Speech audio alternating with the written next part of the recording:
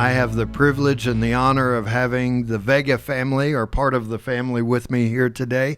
This is Andrew and Melissa and their daughter, Sarah J. And welcome, you guys. Good to have you. Good to be here. Yes, thank you. Okay, so before we even hear about your family and all that we're going to talk about today, you guys just got back from a little family vacay in the happiest place on earth. Yes, sir. Yes. So how was it? It was awesome. It was a lot of fun. We spent 2 days in Anaheim. We went to Disneyland on Thursday, California Adventure on Friday, and it was our first vacation since the pandemic. So it was nice to be out of town, and we had a great time. And they're fully open now, right? Yeah, fully open. Well, they say it's 40% capacity, but judging by the crowds, it was more like 70, 80%. Really? Yeah, it felt like that at least. But the wait times were, the longest we waited for a ride was like 25 minutes. So Okay. Yeah. it was nice. Cool. Yeah. We got some new stuff there, and We did a I lot. can't wait to go. Yeah, we did a lot. It was fun. Yeah, I was thinking about going earlier in the spring, but they were still doing the masks and everything even after I'd been vaccinated. I'm like, man, I am not going through Yeah. Disneyland all day long with a mask. Just not going to happen. So Yeah, no masks. It was hot. It was a little too hot to wear a mask anyway, so it was nice Yeah. to be out as a family and enjoy Disneyland. cool. Yeah. So tell us a little about yourselves. What do you do, your family? Well, sure, I could start. We're both educators. I've been teaching for 15 years now. I've taught third grade, fourth, fifth, and sixth, so 4 different grade levels. And yeah, that's my job. Melissa. Yeah, we've been married for I don't know how long. I'm almost 18 years. How long have we been How married? long have we been married? Hey. We've been married for 18 years, and I've been working in education for 18 years too. So I've been a teacher, I've been an academic coach, a learning director, and now I'm a principal here in Dinuba. So I'm very connected to the church, very connected to the schools and the school system, and raising our kids here too. And the community. We've And been here since we were born. Yeah. And we've never left. I was born on Raisin Day weekend at Alta Hospital, so you don't get much Oh, more wow. Dinuba than that. No, that's for real. Yeah, I was born in Visalia, so you've got that on me. Wow. Yeah. By the time I moved to Dinuba in 96, Alta Hospital was on its last leg, right? Yeah. And nobody wanted to go there, right? No. Everybody was going to Fresno or Visalia Yeah. when they got ill. But very good. And you are on the board of directors with me at Open Gate, Yes. the homeless shelter here in Dinuba. And that's been great. That's Yeah. been great. So I've been able to see families through the school district be positively impacted by that ministry. So it's been great to work with them. Yeah. Awesome. So tell me about your family, or actually them. I know about your family, but anybody that might be watching. Yeah, we've been married for 18 years. We have a 15-year-old son, Owen. Sarah J is our only girl. Yeah. She's almost 14. And then we have a little gap. Benson is 7, and our littlest one, Bruin, is 4. So Sarah J, all boys. Uh-huh. How's that? How's that work for you? I like it. I personally like it, but yeah, they're crazy. Do you get That's what your she own- wanted. She do you wanted get- to be the only girl. Yeah, you got your own bathroom away No. from the. No, you got to share with the boys. Yeah. Oh, I pray for you. But she has the pinkest room in the house. Yeah. Right? I can imagine. Well, guys, we wanted to talk a little bit today and just, have a conversation about something that I believe is really, really important. And I want to give a little background and kind of a foundation for this. I've been pastoring now for over 25 years.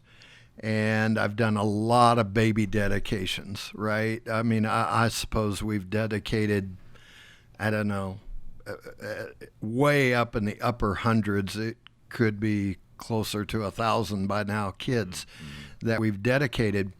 And something growing up that always bothered me And something that I always saw and even used to quote was out of the Bible at every baby dedication, Proverbs 22:6. And it says, train up a child in the way he should go, and when he's old, he will not depart from it. And we always, every pastor I know, every time I've ever heard it, it's always about their spiritual walk, right? Train them up with God, and they will never depart from it. As I got going in this, I started studying that out. And then I read it in the Amplified Bible. And I want to read that. Train up a child in the way they should go, and in keeping with their individual gift or bent. Mm-hmm. And when they are old, they will not depart from it. Yeah. And the sub-scriptures that it gives is in 2 Timothy 3:15, where Paul tells his son in the faith, Timothy, stir up the gift that's in you, right? And in Ephesians 6:4, it connects it to fathers, don't provoke your children to wrath. And when you look at those verses all connected together, it's less, I don't want to diminish the thing about the spiritual journey. Of course, that's very important, but and vital. It's the number one thing in importance. Connected. But and I think they're connected too, you know. Yeah, it's more really geared at finding a gifting in your child and helping them nurture that gift so that when they're older, now they can not only function in life, but they're not going to leave that gift. They're not going to leave that bent. And I see so many parents raising their kids, and their kids, of course, have no clue. What do I want to do? There's a few, probably Sarah J's one of them, that knows what they want to do, but most, I raised 3 boys. They want to be a fireman, a baseball player, there for a while. One of them wanted to go into acting and business, but I don't know what kind of business, and on and on and on. And God puts the responsibility on the parent to discover a gift in our kids and steer them in accordance with that bend or that gifting. And so you guys, the reason that I brought Sarah J in is because we've discovered an amazing gift that she has in art and drawing and animation and all of that good stuff. So, Sarah, what do you want to do with your life? When I'm older, I want to be a character designer for Walt Disney Animation Studios. So what has to go into that to become an animator for Disney? Well, you have to know a lot about anatomy, and you have to have like a certain style. You have to have your own. You can't really like base your style after like cartoons you've seen. You have to be very original, and you also have to be very creative. Like you have to have a lot of ideas of like what the character is going to look like and what they're going to be, how they're going to act, and yeah. So how old are you? I am 13, almost 14. 13 years old, talking about what it takes to work at Disney. When did you start drawing? A long time ago. We were doing arts and crafts at the table from the time she could hold a crayon. So yeah, even less. As soon as they could sit up at the table, I was giving them crayons or markers or finger paints to explore. And she was actually drawing with a purpose by the time, and before she was 2, drawing happy faces, drawing, rough sketches of flowers or hearts or animals. Ponies. She loved drawing ponies. She was drawing ponies when she was 3 or 4. Wow. Did you keep some of that? I kept most of it. I have a hard time throwing it away, so I have a whole I have a whole box of them. Because because I've had a hard time throwing those little sketches away. Most people have old clothes of their kids. You guys have old drawings. I have old sketches and drawings, and I've tried to cut back a little bit. I'll go through and clear out the empty pages and keep just the, the drawings in the notebooks. But I know she has notebooks. She has a habit of just filling up notebooks, and she's had that same habit even now. Yeah. So very cool. A continual thing. So when she was little, you saw that she loved to draw and was getting better and better and better at it. When did this hit you that this might be a little more than just I like to sketch and doodle? Well, and with Sarah, it's not just the drawing. She from the time she was little, liked to tell stories or was fascinated by movies and would watch the characters and could draw them. She could draw them in detail even when she was really little. And then when she was old enough and in elementary school, she would write stories. Like she'd fill notebooks with stories that she had written, chapters of books. And so she was already had this big imagination and could develop characters in her writing and then would draw pictures to go along with what she was imagining. So it was kind of a combination, not just the drawing, but just... The drawing was almost a manifestation of what was going on in her, or an outlet of it. I had,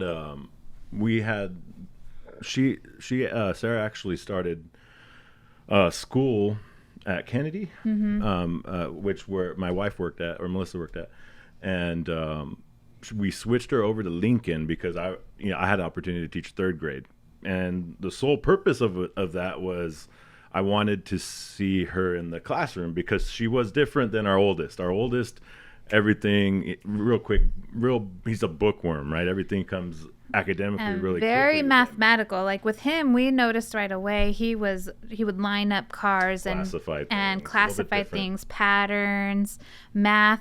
He would just know math. Right. He would see numbers and could add and subtract in his head from the time he was little.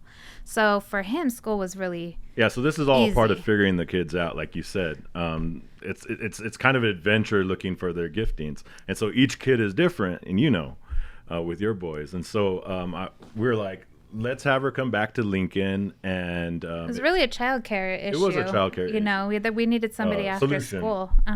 But I was able to have her in third grade, and so I was able to see her strengths and weaknesses firsthand, and what I ended up seeing is that she excels in different subjects, like the creative, like she said, and so her writing, like Melissa said, is phenomenal. And so one thing that I started suggesting to her I think in third or fifth, I had her in fifth grade as well, and so she would write for fun. I don't know where she gets that from, but stories, like fictional stories. And so I told her she would ask for my thoughts, or she'd want me to read it. She would even have other kids read it too, but she would want my feedback. And so I began showing her the thesaurus. And so she would go back through her writing. Say it louder, Jay. Oh my God. I love the thesaurus. She loves the thesaurus. And so, so I think, her strength most definitely is her language and artistic expression. So there was one instant, I don't know if it was third or fifth grade, but she doesn't like math. So just her, because of her artistic strengths, math is just it's a hard time seeing how that's going to be useful in the future, other than let's just get it done. And so one day I was teaching, and we have whiteboards and markers to kind of check understanding, and so I'm going to town doing my best teach of whatever I was teaching this day, right? And I asked the kids, "Hey, show me this problem, whatever it was on your whiteboard. What's your answer?" And I'm scanning the room. Oh yeah, okay, you got 25, whatever the answer was. And I look at Sarah, and she's like this, and she had drawn a picture on her whiteboard instead of doing her work. And it was two hands holding a hamburger that was about to be eaten. It was a cartoon hamburger, and it had a speech bubble with it, and the speech bubble said, "Help." I have the picture of that. Help. And it was kind of her way of telling me, I'm not digging this math. How old were you, Sarah? That was 5th grade. It was 5th grade? Okay. It was 5th grade. But I had to share that here because, I mean, it's a good example of, I don't know, her way of communicating kind of what her desires are. You know? So my wife told me the other day, Sarah, that, and she reminded you, I think, of when you drew some music notes. Tell me about that. I still remember I was like 4 or 5 and I was sick, and you bought me a notebook just because I wasn't feeling well. Yeah. And so I got colored pencils and I just started writing music notes. When I was little, we used to watch just like random TV shows, and then there's a lot of music, like Little Einsteins. Yeah. So I just saw those and I was like, and so I started writing them and just in lines, like how I saw them on music sheets and stuff. And so I just was. And how old were you? Like 4 or 5. Yeah. Kindergarten. All right. Who does that, right? Right. So it's obvious that in preschool, that you've got a daughter that has this kind of a bend, this kind of a gifting. Do you have kids that it's not so simple to see it and to identify it? So early, I should say? No, I think with all of them, we've been able to find, we knew with Owen it was going to be math, and it was from the time he was a toddler. He was lining up his cars, classifying them by color. He would drive them a little bit, but he was classifying them and organizing them more than he was driving them or pretending with them. Well, how old was he when I took him to Lowe's and he did that? He was like 5. Like kindergarten, right? And so I had to buy 6. I don't remember what it was. 630. He said, "How many bags of cement do you need, Dad?" No, it wasn't cement. It was like sand or something. Or sand. And he's like, "Well, I need this it was many like 40, bags." Oh, yeah, no, it was 6. It was 6 buckets and they were 40 pounds each, right? And he's like, "Dad, how?" And this is, I mean, if you're watching your kid and you don't ignore them and you don't put them to the side and you just have conversations with them, he's standing there. We're waiting in line to pay, and we have one of those big old carts, and I have 6 buckets of this sand, and he's like, "I wonder how much each of these buckets weighs." And that's the oldest. That's how his brain ticks, and he still does it to this day, 50 years old. And I'm like, "Oh, they're 40 pounds each," and he's like, he's quiet for a second. He goes, "Oh, then you have 240 pounds there." At 5. At 5. That's 240 pounds. I'm like, okay, all right, kid. I was reading my Facebook memories too yesterday, and back when he was 5, I had written it down that he's like, is it about 5 o'clock? Yeah, it's 5:04. He goes, "Oh," I said, "Well, is 5:04 after 5 o'clock or before?" He says, "Oh, it's after." Yeah. So, well, what time would it be if it was before 5 o'clock? 4:56. Like he was, we don't tell time or talk about time till 1st, 2nd grade in elementary school. So this was kindergarten. He was already doing the math in his head at an early age. With Benson, he's 7. He's still little, but he has gross motor skills like you wouldn't believe. He's been throwing passes and catching his own pass from the time he was about 2. So batting, his hand-eye coordination is fantastic. He's nimble. He's, and then Bruin, he's 4. And, we're still kind of discovering. We're still trying to figure Bruin out. He's a ball of energy. That kid is moving constantly. He's very musical. Very musical. Really? Yeah. Sings in tune, loves exploring on the piano and with instruments. We have a little toy guitar. He's very fascinated with instruments and singing, and he's always playing with my piano too. He'll go and Yeah, he'll he's turn it on very by interested. himself and he'll start playing the piano. Wow. He was Yeah. doing beats on my Yes. belly this morning in bed and kind of scatting. Mm-hmm. Very musical. So- go ahead. Well, I was going to ask, so what would you say to parents that have little ones? You hit on something that I thought was so awesome. You said if you'll listen to them and have conversations with them. Yeah. And yet I see so many parents that are talking at their kids Yeah. because they're busy. Parents are locked into their career. They're tired after they come home from work. And so when we get around our kids, oftentimes it's don't bother me, go play, go do your homework, go do. Instead of having that real time with them to discover and to get to know our kids, right? And look, nobody's more guilty of that than I was, raising 3 boys and pastoring the church and pioneering and everything. But I think we could all get to a place of using those things as excuses. And the fact is that if God has blessed us with a child, excuse me, it's our job as parents to help educate and to help, and that means spiritually, physically, life skills, their education and being involved, and then their gifting. Discovering that not just their gift, but their personalities. Oh my gosh, when we discovered the Enneagram, I was like, where was this when my kids were little? Yeah. Because we immediately, when we did it, could see all of our kids. And I'm thinking, I could have saved a lot of heartache in trying to communicate with my children if I had understood their personalities a lot more. So what would you say to parents that just have, let's just say preschoolers? When do you start with this? Oh, you start when they're babies. You know, we just kind of included them because we're busy too. Yeah. We're really busy Yeah. too. And so it's just a matter of including them in all the day-to-day activities, you know.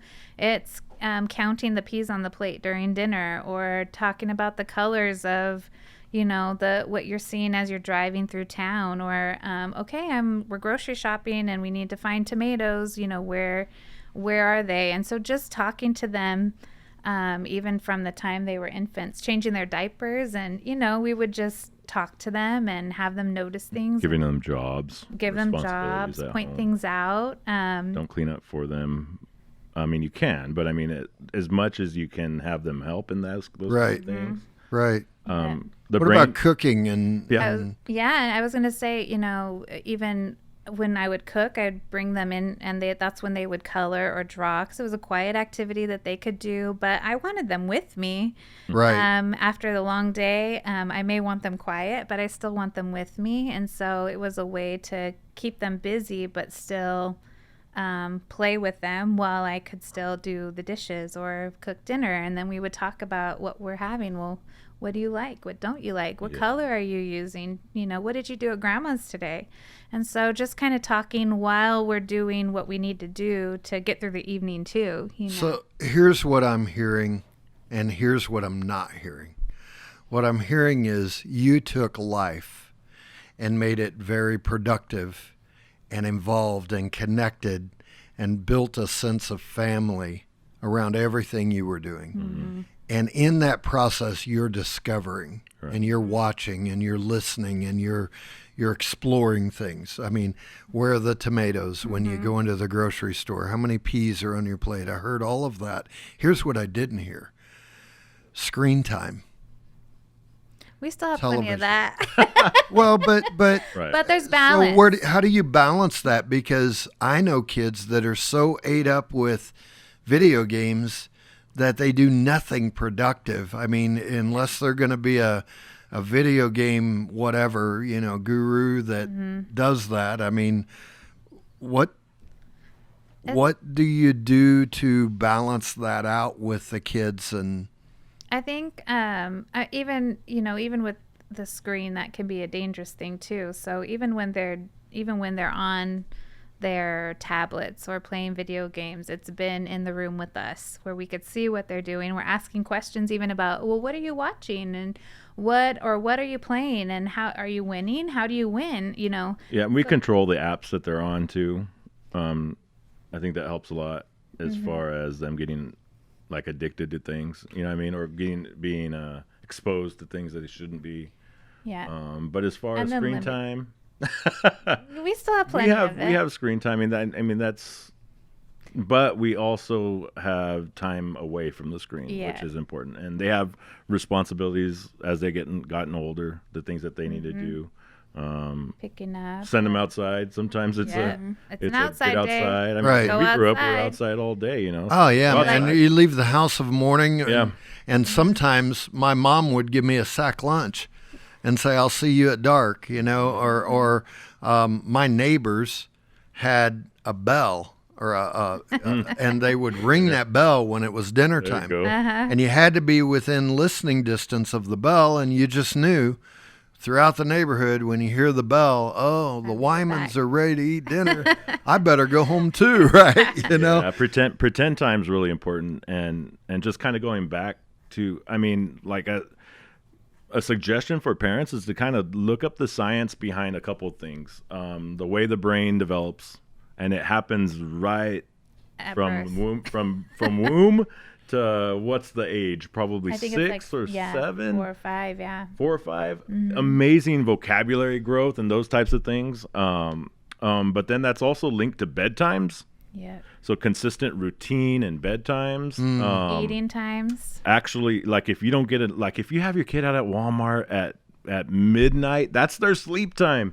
And Right, and understand that the things they learn during the day, they're compartmentalized They get filed away in Right. their. while they're sleeping. I likened it to like a forklift driver putting your memories away. And if you're only in bed for 4 hours compared to a kid who's in bed for 8 or 10, it's that much more time than that forklift driver has to Things don't get compartmentalize. organized where they need, so that So you that can't they can go and retrieve retrieve what it. you But anyhow. learned when you need it. Right. No.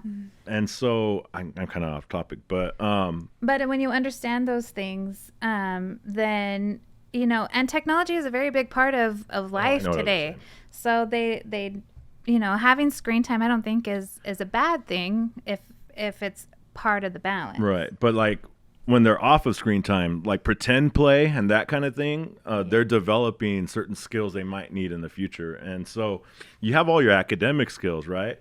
But then you also have what's called soft skills, like responsibility, organization. And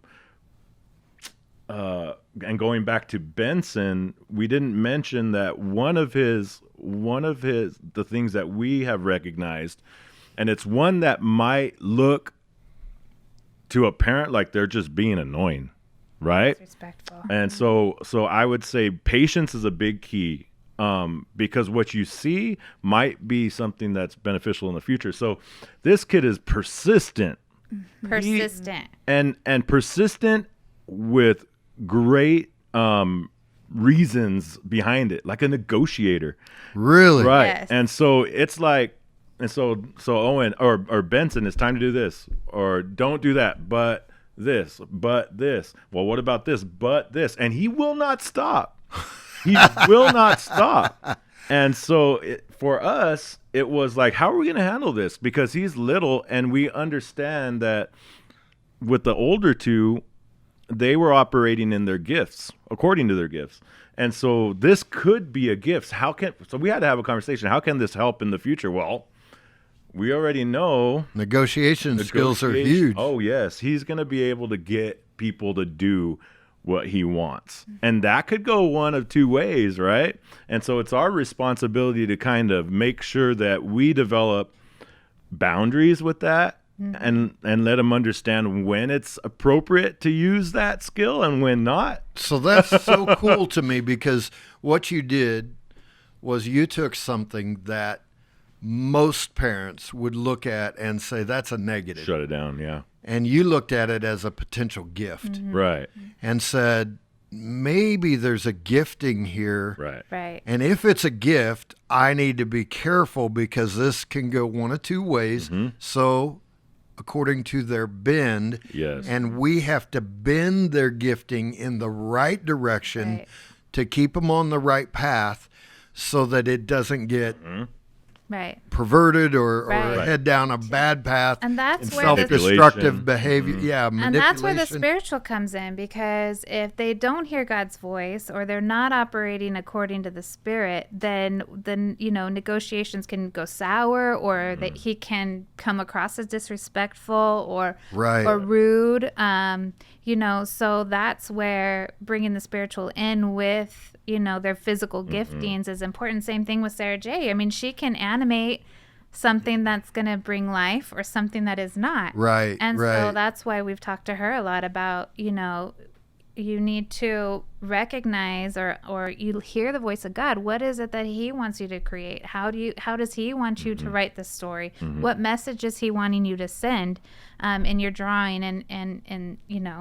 And so, as we're I think making sure that they're connected to the church and coming to generations and plugged into youth group, because we want them to hear the voice of God. We want Sure. them to use their gifts for him Yeah. and In for the right his direction. glory and in the That's right good. direction. So We got That's that good. idea with Benson because of what is it called? The billionaire show? 100? Oh, yeah. 90 day? What is it?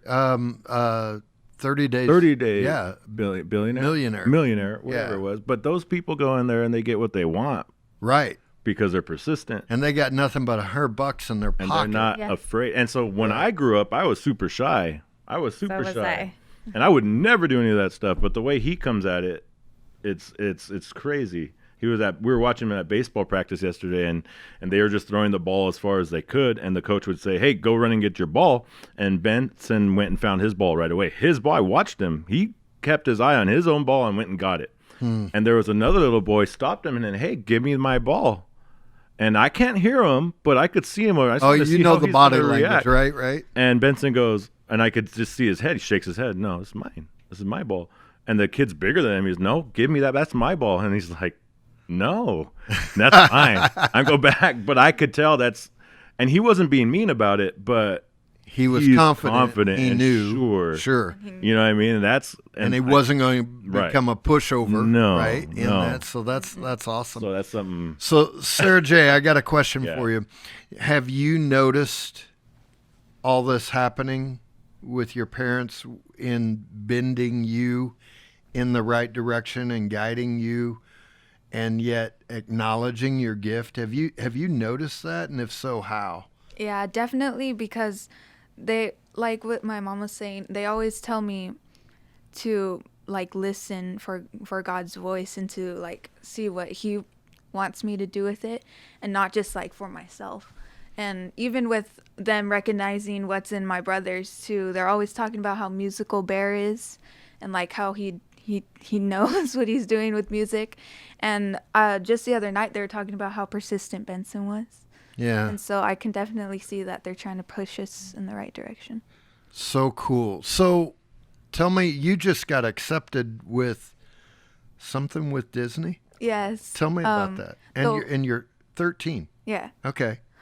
The Walt Disney animation. Oh wait. Family. Walt Disney Family Museum in San Francisco, right? They're doing some art courses for like ninth grade and older, and there's some for like younger kids too, even like second graders. And so I recently got accepted to do costume design, to take a course this summer. That's so cool. So how did that process play out? Did you have to apply just through written application? Did you have to draw anything or show any of your work, or? No, it was through email. It was a written application. You had to tell them why you think you deserved like a place to be there, and like what it would do for you. How much help were your parents in filling out that application? A lot of help. Yeah. Because I would write very like kind of casually, like I wasn't like formally addressing it, and they would like, no, you have to write it this way. You Have to sell yourself. You have to Yeah. write the things that you know they're going to want to hear. We talked a lot, and we coached her a lot in explaining that she has a dream and what her dream is, and how we live in an area where really there isn't a lot of opportunity for animation in Dinuba. Right. Yeah, right. And kind of honing those skills, and so that's what she wrote about in her application and was accepted. So it was an $800 scholarship for a 2-week online course with Disney. Wow, that's awesome. So in that is even evidence of training them according to their bend or according to their gifting and the bend that they should take. And so you guys being involved with your kids every step of the way and preparing them. I mean, I know obviously you guys both have master's degrees. Your education's very important to you. I assume education is in your future. Yeah. That's another kind of piece to it, is we have, besides just trying to get them connected with things that would help them. I know with the pandemic and them doing distance learning for the last year, Andrew did get her signed up with some online classes that helped her, especially with anatomy. So it was really specific in how to draw and proportion the body in your art.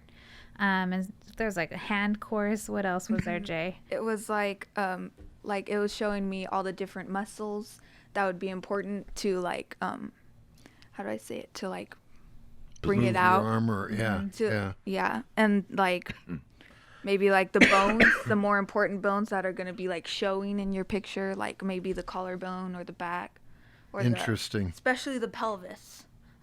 It's a big part of it too. Wow. She was kind of resistant to it as well. That's something that's interesting to point out. Sometimes your kids won't take your advice, so they don't believe that you are on their side sometimes, or know anything about their passion. And I think that's something that Sarah, that Melissa and I are good at, is we had to figure things out on our own to go to college, so we're kind of good at researching things. And so I would. So getting back to what were you talking about right now? Your anatomy. Yeah. She just wanted to draw cartoons, right? And she's like, "No, I just want to do cartoons." I said, "If you're going to work for Disney, You have to know. it's going to need to be more than just a cartoon." And so she's like, "No, I'm just going to do cartoons." And so I was like, "All right, well." So in class this year, I with my students, I encourage them to try to figure out what they want to do with their life. At 6th grade, it's 6 years away, and so there's great resources on the internet now. And so we the call it, no, actually it's Disney. So if you just go to their website and you look for career Or opportunities, even it Disney explains Plus. We Oh yeah, we watched the Frozen That too. documentary on Right. how it was created and what each of the artists were doing and their Sure. for the A life, background and example. and so then she started to see, oh, it's more than Yeah. just a fun sketch or a cartoon drawing. There's a lot more that goes into it. And so criticizing her work and all this kind of stuff. Criticism. And so we do that too. We let her know, hey, we're just going to let you know it looks kind of funny. Yeah. And she's all right with that. And then she saw confirmation of that on that show where they go in and what have you been working on? This is what I've been working on. Oh, we don't really like that. Go back and do this. Okay. That's what the artists do. And I think that's wise because then we live in such a yeah. failure is not and criticism is not received well, and everybody's offended about everything, and so a kid is raised to be offended in our society, and so it's really good because, okay, you know this, you're going to face rejection. I have people all the time that's, I know they did not like the sermon I preached, Right. Yeah. and I've prepared myself almost to an extreme for people that aren't going to like my book I just wrote, right? It's like they're going to be there. They're going to be critics, and you have to believe enough in what you're doing to take criticism and learn how to handle that, Right. and even rejection, right? Because we're all going to face rejection and persevere through that. And so that's part of teaching our kids too, and training them, because otherwise they get to a point, and I guess I'm referring to this because it's so fresh on my mind, but I talked to you, I think, about the negative experience I had in high school writing a term paper. And I never wrote again. And so now I'm discovering I had a real something that I needed to get out there, that I wanted to get out there. But the biggest challenge I had was my own problem of the rejection I felt in high school and never did it again. Right. And I had great parents. My dad taught me work ethic like I get all my work ethic from my dad. My mom taught me the things of God, stayed in the corner with me, encouraged me, hardworking, loving, all the nurturing things that needed to be there. But they weren't real good at helping me overcome the negative stuff. And I think that's part of the bend and the discovery of our kids and their gift, but preparing them for the reality. Not everybody's going to celebrate you. Not everybody's going to celebrate what you do. And then what do you do with that criticism? And, what I've learned is that there are about 3 different kinds of critics, and one of them is the kind that it's coming from a person that's in your corner, and it's constructive, and you need to receive it and you need to grow from it. And then there are critics that are just against you, and they are against you because they don't want to see you succeed, because it exposes their own failure and their own shortcomings. And then, and so that's the kind you ignore. And then there's criticism that sometimes you got to square off with. And so what do you do with that? And it depends on where it's coming from. So it's great that you're teaching her how to face that and how to deal with that. Right. Yeah. That's awesome. And so in that, so going back to the anatomy, we looked at what she would need to get into a animation college. So why don't you talk about what you might need and why you decided, well, maybe I should focus on anatomy? Yes. When I was little, I used to think anatomy meant like drawing people for what they really look like in real life. And I didn't want to do that. Like, I did not want to make super realistic sketches, and like it didn't sound super interesting to me. And so getting into the courses, I started wondering what it would take to get into a course, or get into a college, or get into a company. And you need to know like how to draw animals realistic. You have to know the proportions of a body. You need to know like you have to be able to draw your character from different angles, going all the way around. You need to know you have to have like an animation that you drawn like in your life. It's crazy. Yeah, a whole portfolio.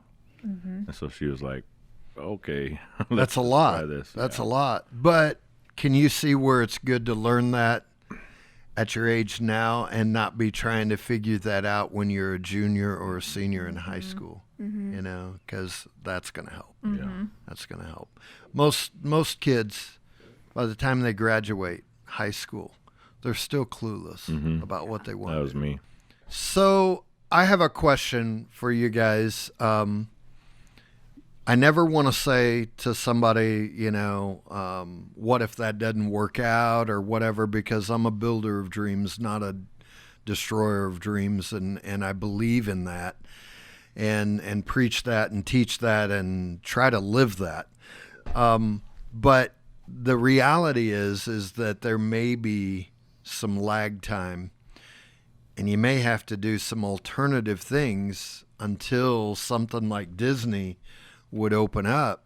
So are you guys kind of preparing her with some of that and coaching her along that way?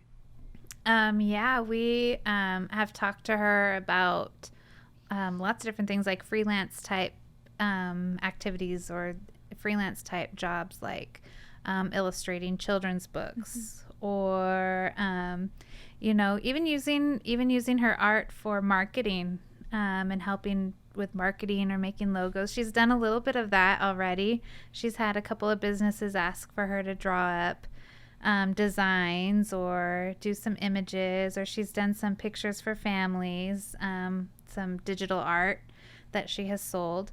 And so we've talked to her about how she could use some of those skills and do some of those things while she waits. I know you've talked to her about video games. Yeah, that was just a suggestion at one point. But I mean, that's something that she could potentially do to work on her skills. She understands. We've talked about those things that you've mentioned, and that's been kind of a process for us too, because we don't know, Right. so we got to go figure it out. And so, and for her, I mean, God's been faithful to our family. You guys, I mean, he's awesome, and so we see that in her too. I mean, Melissa and I post things that she draws, and people ask for things to be created for them. And so one thing that we've had to do is figure out, well, what do you charge people? Mm-hmm. I've never had to do anything. I mean, I've done a little thing. Like when I was young, my parents painted windows for Christmas, and my dad was pretty good at negotiating and asking for things, kind of like Benson. And so he would be creative. And so like for an instance, we painted Foster Freeze windows, and I say we because I would sit in the back of the truck, and so it would be like, we'll do this for $40, and 3 times we could come and eat whatever we want. And so my dad would do that kind of thing. And so I was like, well, I don't know. I can't do that. I don't have that experience. I don't know what to do. And so things like going on Etsy and figuring out what people charge. Oh, that's good. That's been able. Sure. Yeah, we've been able to figure out, well, I don't know Fiverr? what to charge. Yeah. Yeah. Yeah. So different things like that. Yeah. And so so now she also is currently working on her time management and things like that. How long should she spend on something for it to be profitable? How to tell people no, that it's hard for me, or how not to be taken advantage of, because in this kind of freelance or that kind of thing, it's a skill she needs to have. Yeah, and she's young. Right. And she's young, and so So you got to they know measure she's- what should I get Right. versus what Right. do I deserve when I'm starting out, and then also not to get taken advantage of because right. you're young. Especially for something like logos or something for businesses where they're going to make money on something that Right. she's Right. creating. Right. So those are sorts of things that we don't really know a lot about, but Sure, are sure. looking into because she has the talent to Sure. do high quality images, but we don't want her to be taken advantage of just because she's young. And we know there's different ways you could do that. You could pay a fee for a logo, Right. and it's yours, and Right. so you get paid. And there's definitely, but you have to pay that up front, right? Right. Versus the other way around, where you use your logo and then you get.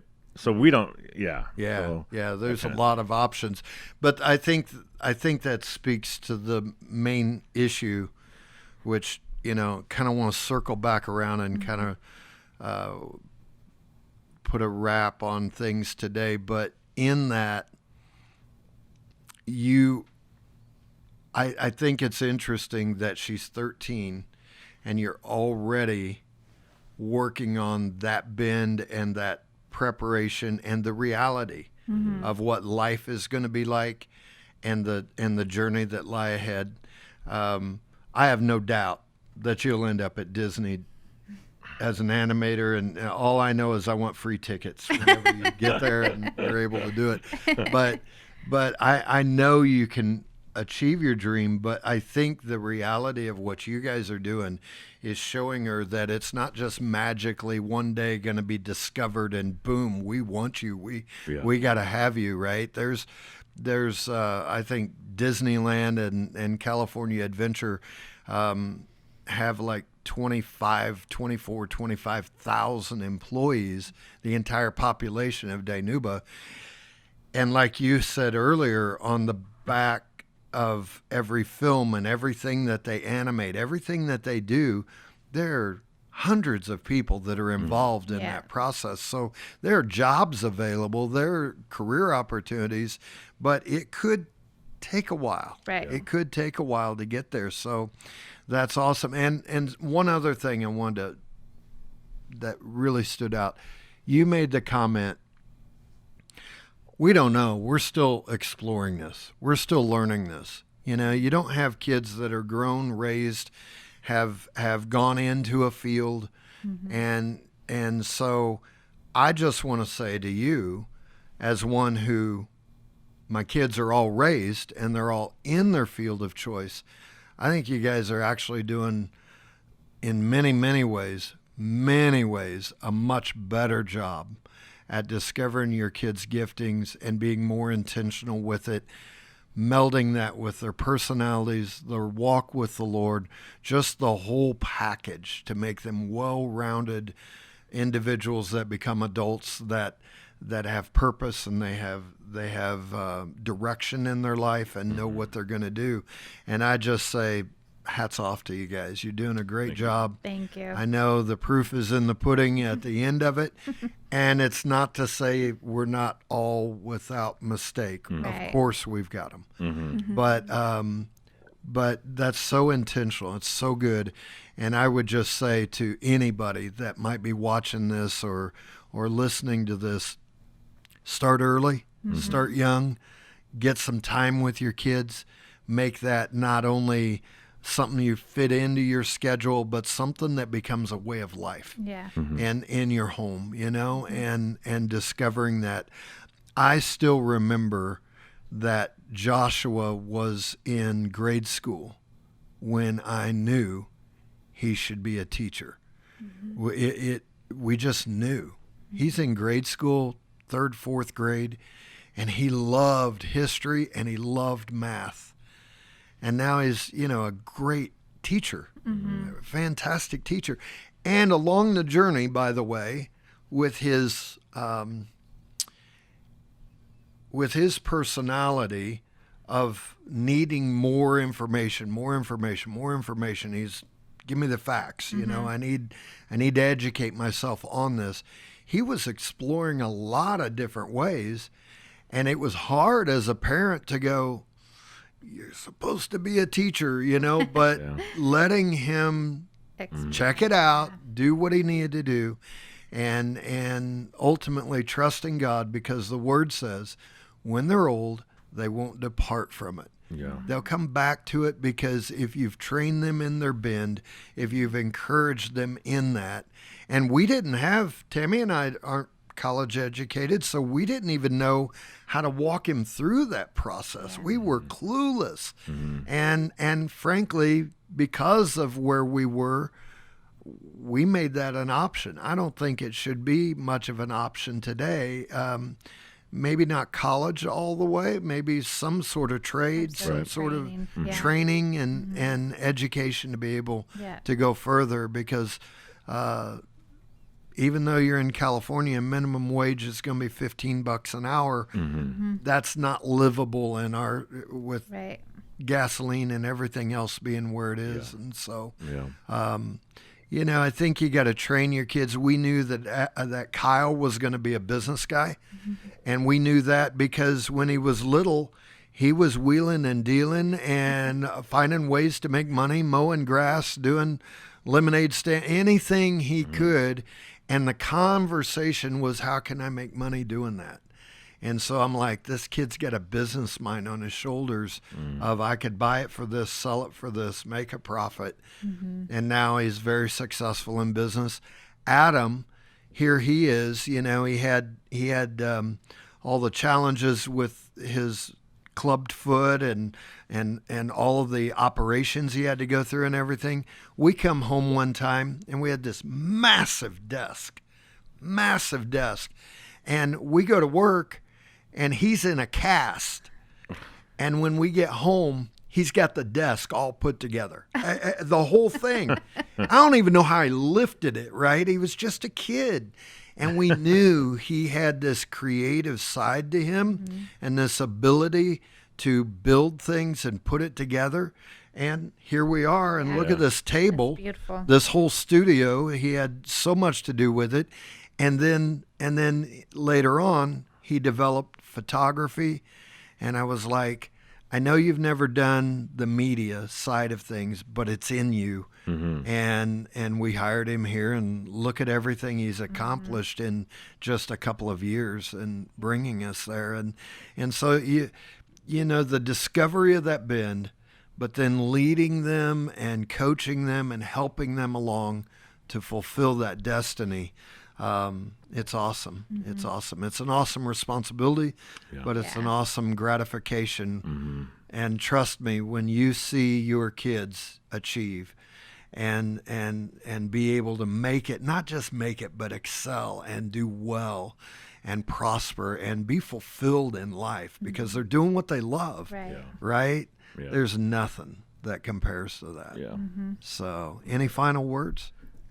No, you know what? I'll just say that both Melissa and I understand that our kids are ours, but first and foremost, they belong to Jesus. And one thing that I struggle with as a dad is I want to keep them with me all the time. And I'll say this openly, I'm very fearful of launching them. And it's something that I've shared with her and I think about a lot, and it makes me sad. But the fact that I understand that Jesus has a plan for them, and I don't want to get in the way of that, and so that helps me with that fear, and I know that it's not. It goes back to my childhood where my dad was kind of like, "You're 18, I'm done with you," Right. And so I think that I know that that's not going to be the case when we launch. It's just going to be a new season, and so so. You will have your kids close to you because you have that dynamic growing up. That won't leave. Yeah. That won't leave because that's a void that will be created when they leave the nest and when they go and they do launch. Yeah. That they'll have that sense of family and everything that's there. And you know, when I say that, they'll leave, but they'll leave in a healthy way. Right. My boys all left in a healthy way. And one of the scriptures that helped me so much was out of Proverbs. I don't know the exact verse and chapter, but in essence, the proverb goes that your children are like an arrow in your quiver, and you pull them back and you launch them in the direction that they go in life. And that's our job as parents. Yeah. And to know when to pull them out and let them launch, Right. and launch them in the right direction. That's up to us, you know. And so I think that's healthy. It's awesome. And I just bless you guys. Bless you, Sarah. Good stuff Yes, thank you for having in us. store Thank for you. you. Thank you. Appreciate you guys being with me.